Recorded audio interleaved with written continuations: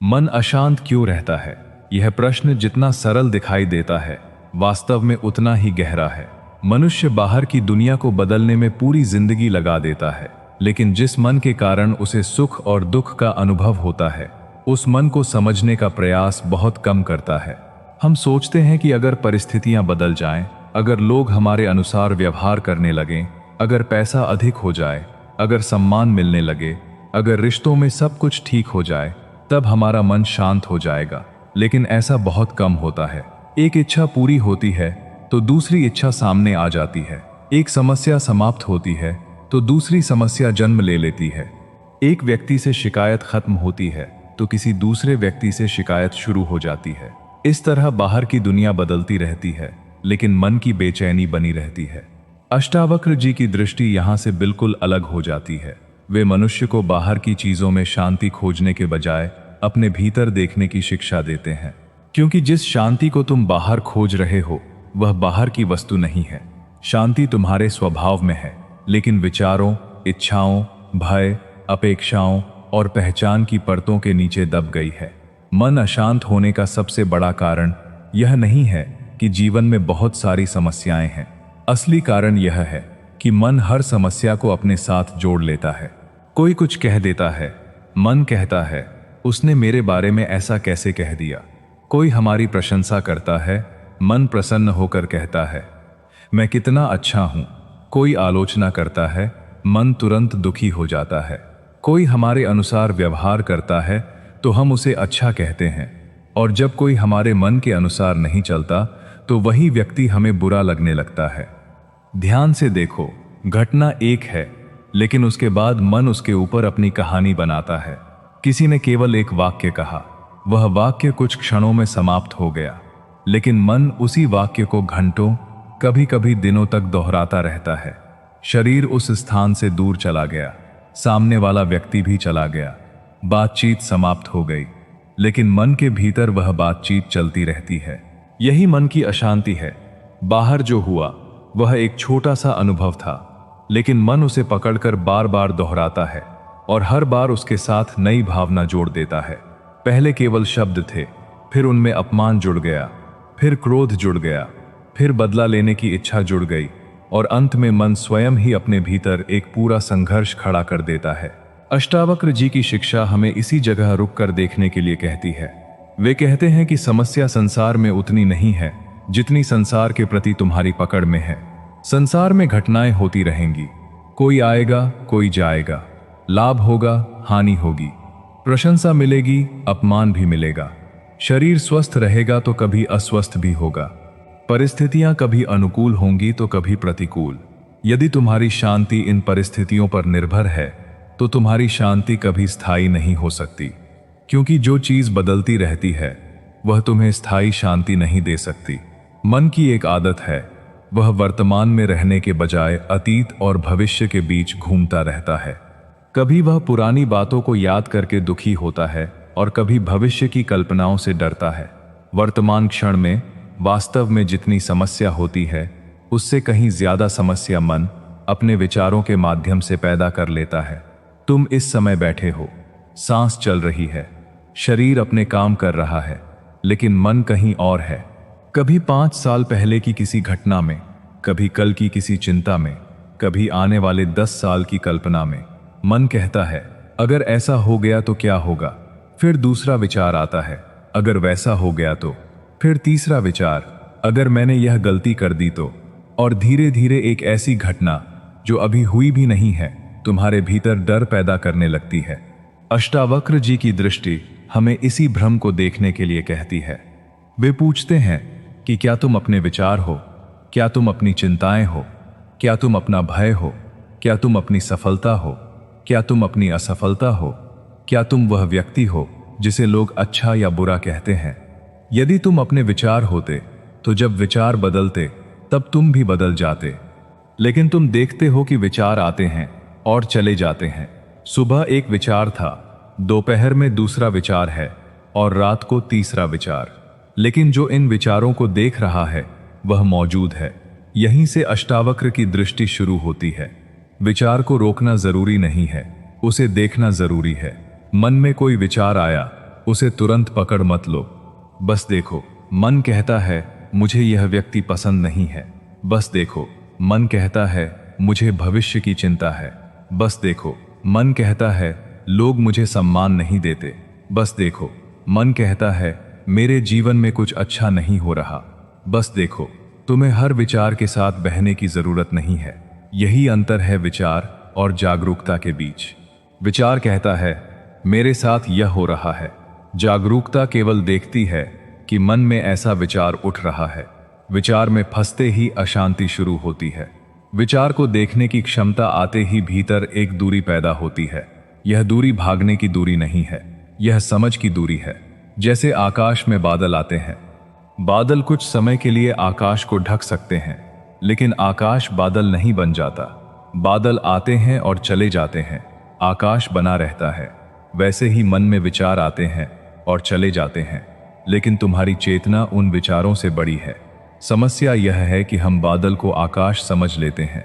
कुछ देर क्रोध आया तो हमने कह दिया मैं क्रोधी हूं। कुछ देर डर आया तो हमने कह दिया मैं बहुत कमजोर हूं। कोई गलती हुई तो हमने कह दिया मैं असफल हूं।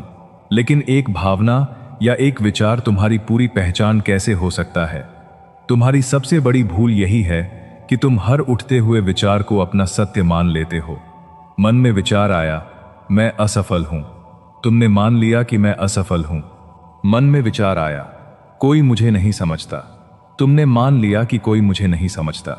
मन में विचार आया मेरा भविष्य खराब है, तुमने मान लिया कि मेरा भविष्य खराब है।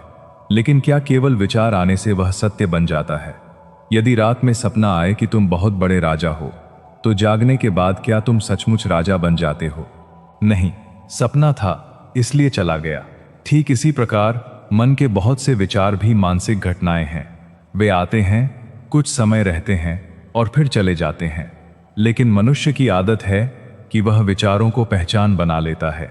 यही पहचान उसे बांधती है। अष्टावक्र जी बार बार पहचान के पार जाने की बात करते हैं, क्योंकि जब तक तुम स्वयं को शरीर, नाम, पद, संबंध, सफलता, असफलता और विचारों से जोड़ते रहोगे, तब तक भीतर डर बना रहेगा कि इनमें से कुछ छिन गया तो मैं कौन रह जाऊंगा।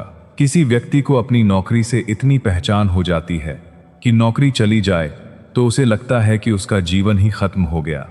किसी को धन से इतनी पहचान होती है कि धन कम होते ही उसे लगता है कि उसका मूल्य कम हो गया। किसी को रिश्ते से इतनी पहचान हो जाती है कि रिश्ता टूटने पर उसे लगता है कि वह अकेला और अधूरा हो गया। किसी को समाज की राय से इतनी पहचान हो जाती है कि लोग क्या कहेंगे, यही उसके जीवन का सबसे बड़ा भय बन जाता है। लेकिन अष्टावक्र की दृष्टि पूछती है, जो चीज तुम्हारे पास आई और फिर चली गई, क्या वही तुम हो सकती है? नौकरी पहले नहीं थी, फिर मिली, फिर जा सकती है। धन पहले कम था, फिर बढ़ा, फिर घट सकता है। रिश्ते बने, बदल सकते हैं। शरीर बचपन से आज तक लगातार बदल रहा है। विचार हर पल बदल रहे हैं। फिर वह क्या है जो इन सभी परिवर्तनों को देख रहा है? अपने भीतर इस प्रश्न को लेकर बैठना बहुत गहरा अभ्यास है। मन तुरंत उत्तर देगा, मैं यह शरीर हूं, लेकिन शरीर बदल रहा है। फिर मन कहेगा, मैं मेरा नाम हूं, नाम तो समाज ने दिया है। फिर मन कहेगा, मैं अपने विचार हूं, लेकिन विचार भी बदलते रहते हैं। फिर मन कहेगा, मैं अपने अनुभव हूं, लेकिन अनुभव भी आते जाते हैं। जब तुम एक एक करके इन पहचानों को देखते हो, तब धीरे धीरे एक मौन स्थान दिखाई देने लगता है। वह स्थान विचारों के बीच है। वह मौन किसी वस्तु की तरह दिखाई नहीं देता। उसे पकड़ नहीं सकते, उसे किसी नाम से पूरी तरह समझाया नहीं जा सकता। लेकिन जब विचारों के साथ बहना कम होता है, तब उसकी अनुभूति होने लगती है। मन की अशांति धीरे धीरे कम होने लगती है, क्योंकि तुम समझने लगते हो कि हर विचार को सच मानना आवश्यक नहीं है। हर भावना पर तुरंत प्रतिक्रिया देना आवश्यक नहीं है। हर परिस्थिति को अपने अनुसार बनाना आवश्यक नहीं है। मन अशांत होने का एक और बड़ा कारण है, वह हर चीज को नियंत्रित करना चाहता है। वह चाहता है कि लोग उसके अनुसार व्यवहार करें, परिस्थितियां उसके अनुसार चलें, भविष्य उसकी इच्छा के अनुसार बने। शरीर हमेशा स्वस्थ रहे, रिश्ते कभी न बदलें, पैसा हमेशा बढ़ता रहे, सम्मान हमेशा मिलता रहे। लेकिन जीवन मन की इच्छा से नहीं चलता। जीवन परिवर्तन का नाम है। जो व्यक्ति परिवर्तन से लड़ता है वह लगातार तनाव में रहता है। जो व्यक्ति परिवर्तन को समझता है उसके भीतर स्वीकार पैदा होने लगता है। स्वीकार का अर्थ यह नहीं कि तुम गलत चीजों को सही मान लो या जीवन में प्रयास करना छोड़ दो। स्वीकार का अर्थ है जो इस क्षण है पहले उसे वैसा ही देखो जैसा वह है, क्योंकि जिस चीज को तुम स्वीकार नहीं करते उसके खिलाफ मन लगातार लड़ता रहता है। मान लो कोई परिस्थिति तुम्हारे अनुसार नहीं है, घटना हो चुकी है, लेकिन मन कहता है ऐसा नहीं होना चाहिए था। अब ध्यान दो, घटना एक बार हुई और मन उसे बार बार दोहरा रहा है। ऐसा नहीं होना चाहिए था, ऐसा क्यों हुआ, मेरे साथ ही क्यों हुआ, अगर मैंने पहले ऐसा किया होता तो, अगर उसने ऐसा नहीं किया होता तो। यह मानसिक संघर्ष वास्तविक घटना से कहीं अधिक ऊर्जा लेता है। अष्टावक्र की दृष्टि में जागरूकता का अर्थ है घटना और उसके बारे में तुम्हारी मानसिक कहानी के बीच अंतर देखना। घटना हो सकती है, दुख की अनुभूति भी हो सकती है, लेकिन उसके ऊपर मन की हजारों कहानियां जोड़ना जरूरी नहीं है। मनुष्य का मन अक्सर दुख से भी चिपक जाता है। वह अपने दुख को अपनी पहचान बना लेता है। वह कहता है मेरे साथ हमेशा बुरा ही होता है, कोई मुझे समझता नहीं, मेरी किस्मत खराब है, मेरे जीवन में खुशी नहीं है। जब यह बातें बार बार दोहराई जाती हैं तो मन उन्हें अपनी पहचान बना लेता है। फिर कोई अच्छी घटना भी हो जाए, मन उस पर भरोसा नहीं करता, क्योंकि उसने स्वयं के बारे में एक कहानी बना ली है। अष्टावक्र जी की शिक्षा उस कहानी को तोड़ती है।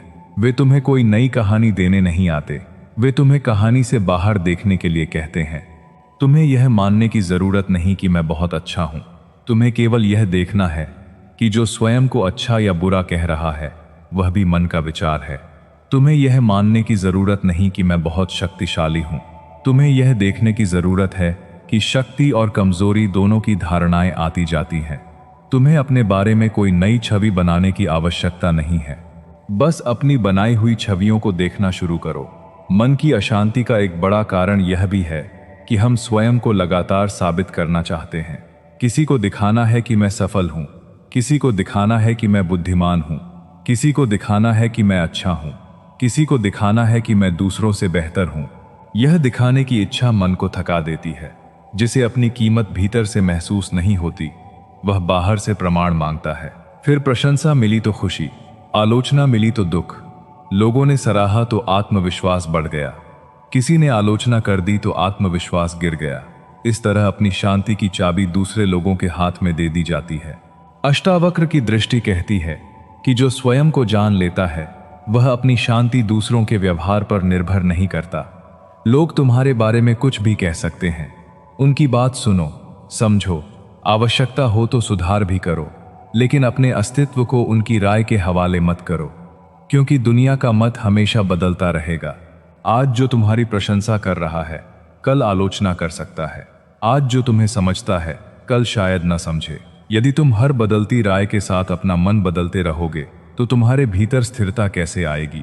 मन को शांति तब मिलने लगती है जब वह बाहरी प्रमाणों की मांग कम करता है। यह समझना जरूरी है कि इच्छाएं स्वयं समस्या नहीं है। समस्या तब शुरू होती है जब इच्छा तुम्हारी शांति की शर्त बन जाती है।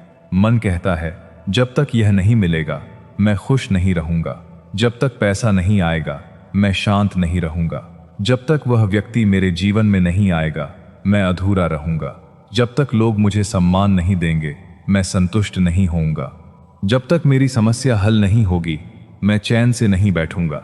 इस तरह तुम अपनी वर्तमान शांति को भविष्य की किसी घटना के साथ बांध देते हो, और भविष्य कभी वर्तमान नहीं बनता, क्योंकि जैसे ही भविष्य आता है वह वर्तमान बन जाता है और मन एक नया भविष्य बना लेता है। यही अंतहीन दौड़ है। मन कहता है बस यह मिल जाए फिर सब ठीक हो जाएगा, लेकिन जब वह मिल जाता है कुछ समय बाद मन कहता है अब इससे बड़ा कुछ चाहिए। इसलिए बाहरी उपलब्धियों से मिलने वाली खुशी बुरी नहीं है, लेकिन उसे स्थायी शांति समझ लेना भ्रम है। अष्टावक्र हमें उपलब्धियों के विरुद्ध नहीं करते, वे केवल यह दिखाते हैं कि तुम्हारा वास्तविक स्वरूप किसी उपलब्धि का मोहताज नहीं है। तुम कुछ प्राप्त करो, अच्छा है, तुम कुछ खो दो, दुख हो सकता है, लेकिन तुम्हारा अस्तित्व उस प्राप्ति या हानि से छोटा नहीं हो जाता। यह बात केवल सुनने की नहीं है, इसे अपने जीवन में देखना पड़ता है। जब अगली बार मन अशांत हो तुरंत समस्या को हल करने के लिए मत दौड़ो। कुछ क्षण बैठकर देखो कि अशांति वास्तव में है कहाँ। क्या वह शरीर में है? क्या वह सांस में है? क्या वह किसी विचार में है? क्या वह किसी डर में है? क्या वह किसी अपेक्षा में है? क्या वह किसी पुराने अपमान की स्मृति में है? क्या वह भविष्य की कल्पना में है? और फिर उस अशांति को बदलने की जल्दी मत करो, बस उसे देखो, क्योंकि जिसे तुम बिना भागे देख सकते हो उससे तुम्हारी दूरी बनना शुरू हो जाती है। तुम्हें अपने मन से युद्ध नहीं करना है। मन को दबाने की कोशिश भी एक प्रकार की अशांति है। जब तुम कहते हो मुझे कोई बुरा विचार नहीं आना चाहिए, तब तुम उसी विचार को और शक्ति दे देते हो। अगर तुम कहते हो मुझे बिल्कुल चिंता नहीं करनी चाहिए, तो चिंता के ऊपर एक और चिंता पैदा हो जाती है कि मैं चिंतित क्यों हूं। जागरूकता का रास्ता इससे सरल है। चिंता है, देखो। क्रोध है, देखो। ईर्ष्या है, देखो। डर है, देखो। लालच है, देखो। अहंकार है, देखो। लेकिन अपने देखने वाले को मत भूलो। धीरे धीरे तुम्हें अनुभव होगा कि जो क्रोध को देख सकता है वह केवल क्रोध नहीं है, जो डर को देख सकता है वह केवल डर नहीं है, जो विचारों को देख सकता है वह केवल विचार नहीं है। और इसी देखने में भीतर एक ऐसी जगह खुलने लगती है जहां मन की आवाज पहले जितनी शक्तिशाली नहीं रहती। मन फिर भी विचार करेगा। विचारों का आना बंद करना लक्ष्य नहीं है, लेकिन विचार तुम्हें अपने साथ बहाकर ले जाएं, यह आवश्यक नहीं है। जैसे नदी बहती है और किनारे पर बैठा व्यक्ति नदी को देखता है, वह हर पानी की लहर को पकड़ने की कोशिश नहीं करता, वह केवल देखता है। वैसे ही मन के विचारों को देखना सीखो। आज एक विचार आया, कुछ देर बाद चला गया, फिर दूसरा आया, वह भी चला गया। तुम मौजूद रहे। कल भी तुम थे, आज भी तुम हो। कल क्या होगा यह अभी निश्चित नहीं है, लेकिन इस क्षण में जो जागरूकता मौजूद है उसे महसूस किया जा सकता है। और जैसे जैसे यह समझ गहरी होती है, मनुष्य को पता चलने लगता है कि शांति कोई ऐसी वस्तु नहीं है जिसे बाहर से प्राप्त करना है। शांति उस क्षण दिखाई देती है जब मन अपने बनाए हुए संघर्ष को थोड़ी देर के लिए छोड़ देता है, जब तुम्हें हर चीज को बदलना जरूरी नहीं लगता, जब हर व्यक्ति को समझाना जरूरी नहीं लगता, जब हर आरोप का जवाब देना जरूरी नहीं लगता, जब हर अपमान को अपने भीतर लेकर बैठना जरूरी नहीं लगता, जब हर भविष्य की चिंता को अभी जीना जरूरी नहीं लगता, जब हर इच्छा को तुरंत पूरा करना जरूरी नहीं लगता, जब अपने बारे में दूसरों की राय को अंतिम सत्य मानना बंद कर देते हो, तब भीतर कुछ हल्का होने लगता है। अष्टावक्र जी की शिक्षा में यह हल्कापन बहुत महत्वपूर्ण है। तुम्हें जीवन से भागना नहीं है, तुम्हें संसार छोड़ने की आवश्यकता नहीं है, तुम्हें अपने कर्तव्यों से भागने की आवश्यकता नहीं है। तुम्हें केवल यह देखना है कि संसार तुम्हारे भीतर कितना प्रवेश कर गया है। काम बाहर हो सकता है, लेकिन तनाव भीतर क्यों है? व्यक्ति बाहर जा चुका है, लेकिन उसकी बात भीतर क्यों चल रही है? घटना समाप्त हो चुकी है, लेकिन मन उसे बार बार क्यों दोहरा रहा है? भविष्य अभी आया नहीं है, लेकिन उसका डर अभी क्यों अनुभव हो रहा है? यही प्रश्न तुम्हें भीतर ले जाएगा। और जब तुम भीतर देखना शुरू करोगे, तब धीरे धीरे यह स्पष्ट होने लगेगा कि मन की अशांति का बहुत बड़ा हिस्सा वास्तविक परिस्थितियों से नहीं, बल्कि उनसे जुड़ी हुई हमारी धारणाओं, अपेक्षाओं और पहचान से पैदा होता है। जिस दिन तुम अपने विचारों को आदेश देने के बजाय उन्हें देखना सीख जाओगे, उसी दिन भीतर एक नया संबंध जन्म लेगा। तुम मन के मालिक बनने की कोशिश नहीं करोगे, तुम मन के साक्षी होने लगोगे। और जब साक्षी की दृष्टि थोड़ी गहरी होती है, तब मन की हर हलचल के पीछे एक मौन दिखाई देने लगता है। विचार उठते हैं, भावनाएं उठती हैं, इच्छाएं उठती हैं, भय उठता है, स्मृतियां आती हैं, कल्पनाएं आती हैं, लेकिन इन सब के पीछे कुछ ऐसा है जो केवल देख रहा है। वही देखने वाला तुम्हारे भीतर हमेशा से मौजूद है। तुमने उसे बनाया नहीं है, उसे बाहर से लाना नहीं है। बस उन चीजों से अपनी पहचान थोड़ी ढीली करनी है जिन्हें तुम अब तक स्वयं समझते आए हो। और यहीं से मन को समझने की यात्रा और भी गहरी होने लगती है, क्योंकि तब प्रश्न केवल यह नहीं रहता कि मन अशांत क्यों है, बल्कि प्रश्न उठता है कि आखिर वह कौन है जो इस अशांति को देख रहा है। जब यह प्रश्न भीतर उठता है कि आखिर वह कौन है जो मन की अशांति को देख रहा है, तब यात्रा बाहर से भीतर की ओर मुड़ने लगती है। अब ध्यान समस्या को बदलने पर नहीं रहता, बल्कि उस व्यक्ति को समझने पर जाता है जो समस्या के साथ स्वयं को जोड़ रहा है। अष्टावक्र जी की दृष्टि में यही सबसे महत्वपूर्ण मोड़ है, क्योंकि जब तक मनुष्य यह मानता रहता है कि मैं ही मेरा मन हूं, तब तक मन की प्रत्येक हलचल उसे अपनी ही हलचल दिखाई देती है।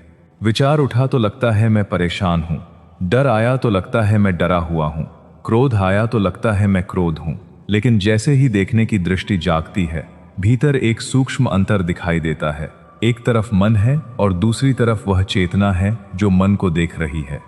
कल्पना करो कि तुम किसी शांत कमरे में बैठे हो और सामने एक स्क्रीन पर लगातार दृश्य बदल रहे हैं।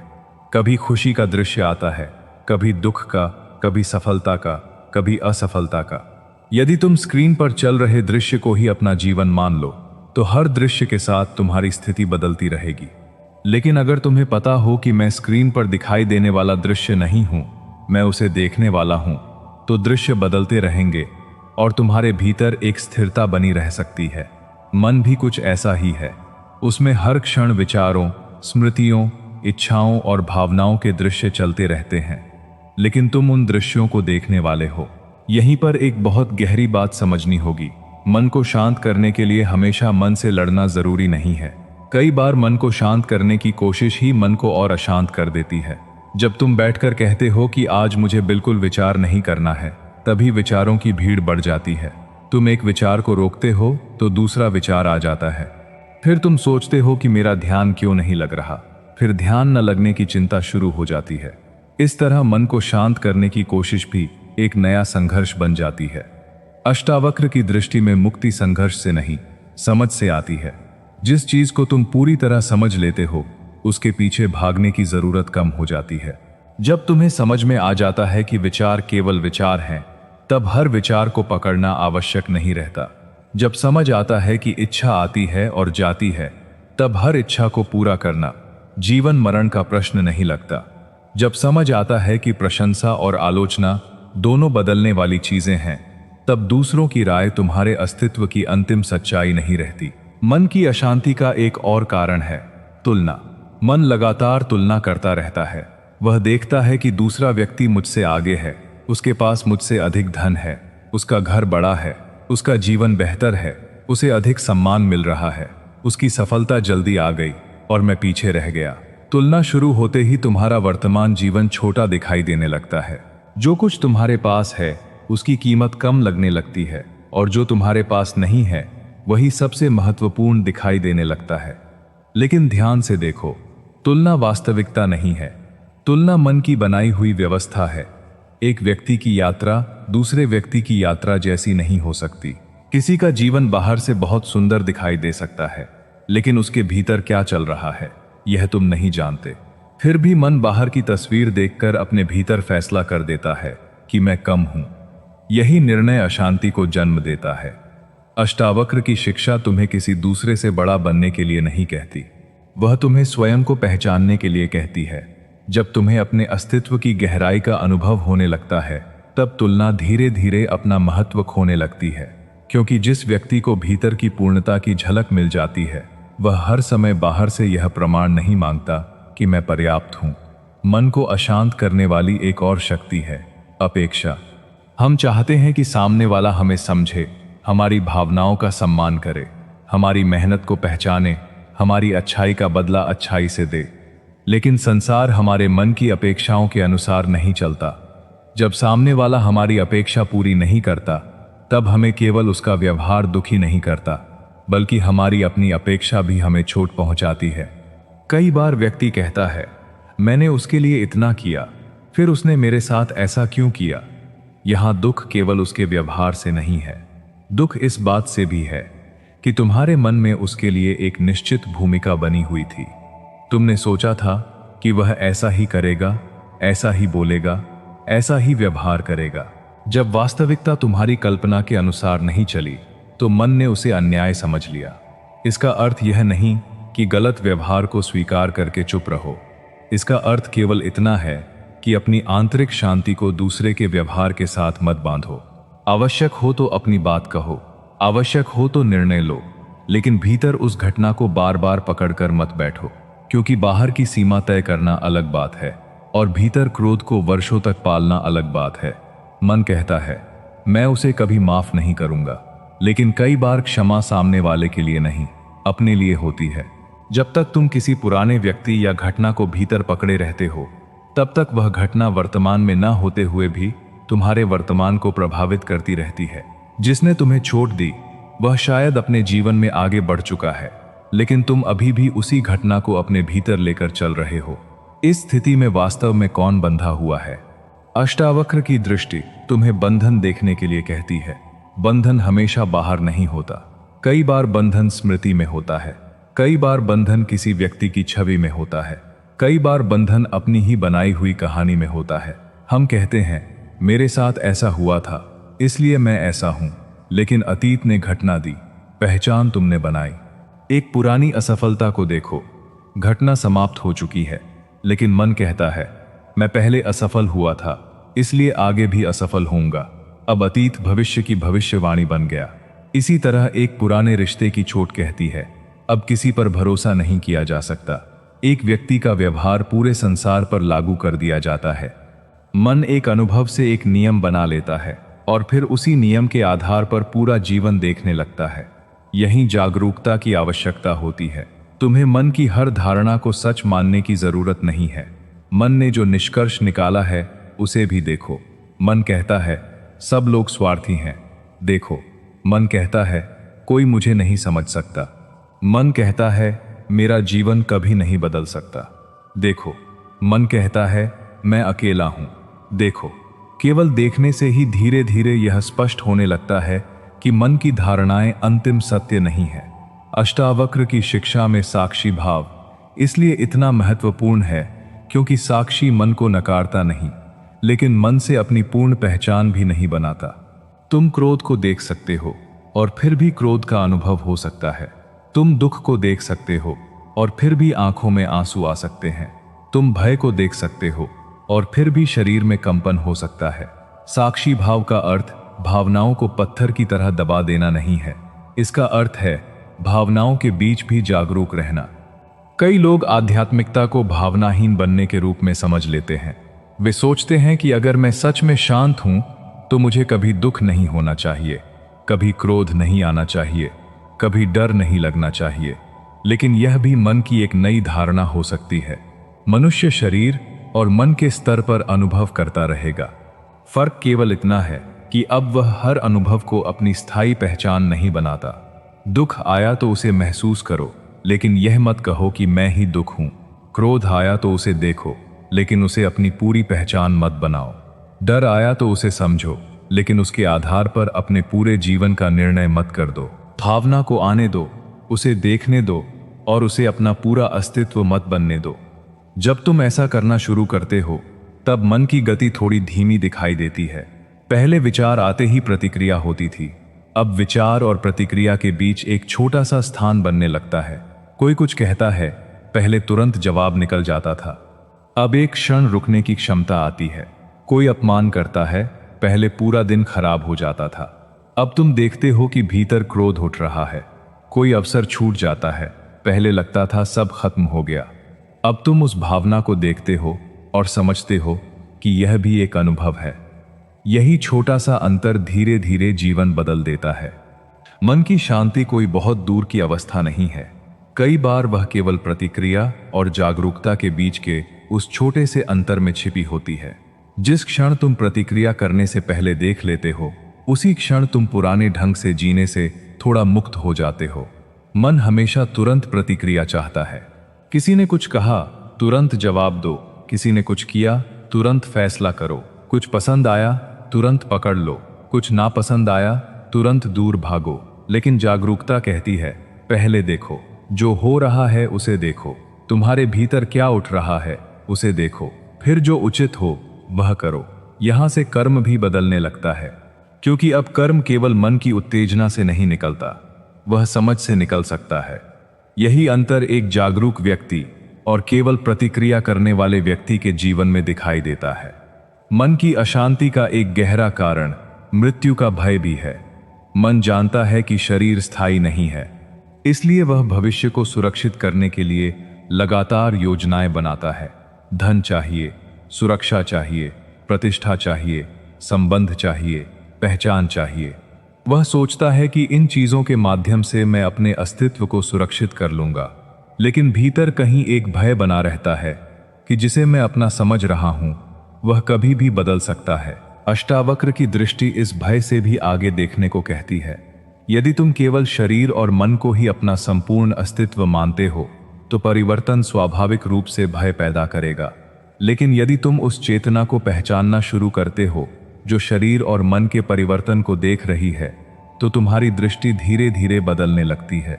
यह कोई बौद्धिक विश्वास नहीं है, केवल यह कह देना कि मैं आत्मा हूं और फिर जीवन वैसा ही जीना, इससे समझ पूरी नहीं होती। बात तब गहरी होती है जब तुम स्वयं अपने अनुभव में देखो कि विचार बदल रहे हैं, भावनाएं बदल रही हैं, शरीर बदल रहा है, परिस्थितियां बदल रही हैं, लेकिन देखने की क्षमता लगातार उपस्थित है। सुबह उठते ही मन भविष्य की चिंता करने लगता है। आज क्या करना है, पैसा कैसे आएगा, काम कैसे होगा, कौन क्या कहेगा। फिर दिन भर अलग अलग विचार आते रहते हैं। रात में वही मन अतीत का हिसाब लगाने लगता है। मैंने यह सही किया या गलत, उसने ऐसा क्यों कहा, कल क्या होगा, और इस तरह एक दिन समाप्त हो जाता है। शरीर थक जाता है लेकिन मन फिर भी चलता रहता है।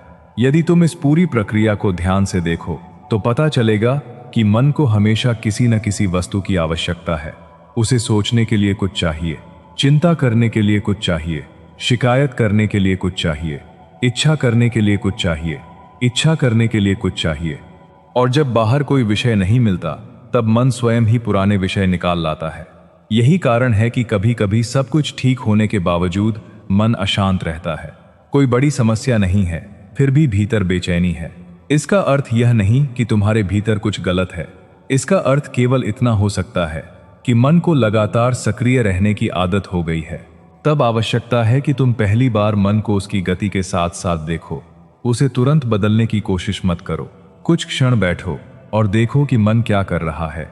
एक विचार आता है, दूसरा उसके पीछे आता है, तीसरा पहले से जुड़ जाता है। फिर अचानक तुम्हें पता चलता है कि तुम किसी पुराने विषय में पहुंच चुके हो। यही देखने की शुरुआत है। और जब देखने की क्षमता बढ़ती है तब तुम्हें यह भी दिखाई देता है कि मन केवल समस्याएं नहीं बनाता, वह समाधान भी बनाता है। वह पहले डर पैदा करता है, फिर उससे बचने का रास्ता खोजता है। वह पहले इच्छा पैदा करता है, फिर उसे पूरा करने की चिंता करता है। वह पहले भविष्य की कल्पना करता है, फिर उस कल्पना को लेकर डरता है। इस पूरे चक्र में ऊर्जा खर्च होती रहती है। अष्टावक्र की दृष्टि इस चक्र को तोड़ने का प्रयास करती है। वे तुम्हें किसी नई मानसिक तकनीक के पीछे भागने को नहीं कहते, वे तुम्हें अपने ही मन को देखने की कला की ओर ले जाते हैं, क्योंकि जिसे तुम स्पष्ट रूप से देख लेते हो उसके द्वारा पूरी तरह संचालित होना धीरे धीरे कम हो जाता है। तुम्हें केवल इतना देखना है कि अभी मन क्या चाहता है, अभी मन किससे डर रहा है, अभी मन किस बात को पकड़कर बैठा है, अभी मन किससे मान्यता चाहता है, अभी मन किस घटना को बदलना चाहता है, अभी मन किस व्यक्ति को दोष दे रहा है। और फिर स्वयं से पूछो, क्या यह सब मेरे सामने अभी वास्तव में हो रहा है या इसका बड़ा हिस्सा मेरे मन में चल रहा है? यह प्रश्न बहुत साधारण है, लेकिन अगर इसे ईमानदारी से पूछा जाए तो भीतर बहुत कुछ खुलने लगता है। क्योंकि कई बार बाहरी घटना छोटी होती है और मानसिक प्रतिक्रिया बहुत बड़ी। घटना 5 मिनट की होती है, लेकिन उसका प्रभाव 5 दिनों तक चलता है। व्यक्ति ने एक बार कुछ कहा, लेकिन मन उसे 100 बार दोहराता है। इसलिए मन की अशांति को केवल परिस्थितियों से जोड़ना अधूरा है। परिस्थिति महत्वपूर्ण हो सकती है, लेकिन उसके प्रति तुम्हारा संबंध उससे भी अधिक महत्वपूर्ण है। और जब यह समझ धीरे धीरे गहरी होने लगती है, तब मनुष्य अपने भीतर एक ऐसी स्वतंत्रता की झलक देखता है जहां उसे हर विचार का गुलाम बने रहना आवश्यक नहीं लगता। वह संसार में रहता है, संबंध निभाता है, काम करता है, प्रयास करता है, सफलता और असफलता दोनों से गुजरता है, लेकिन उसके भीतर एक देखने वाला धीरे धीरे जागता रहता है। वही देखने वाला उसे याद दिलाता रहता है कि जो अभी मन में उठ रहा है वह पूरा सत्य नहीं है। यह भी गुजर जाएगा, यह भी बदल जाएगा, और जो इसे देख रहा है उसे पहचानने की यात्रा अभी बाकी है।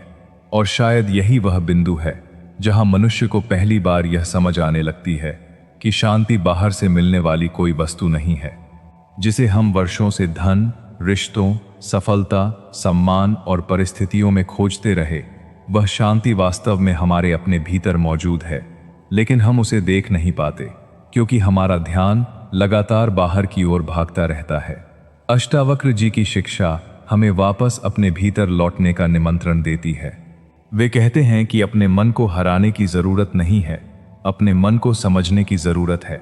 विचारों से लड़ने की जरूरत नहीं है, उन्हें देखने की जरूरत है। परिस्थितियों से भागने की जरूरत नहीं है, उनके बीच जागरूक रहने की जरूरत है। जब मन अशांत हो तब तुरंत बाहर समाधान मत खोजो।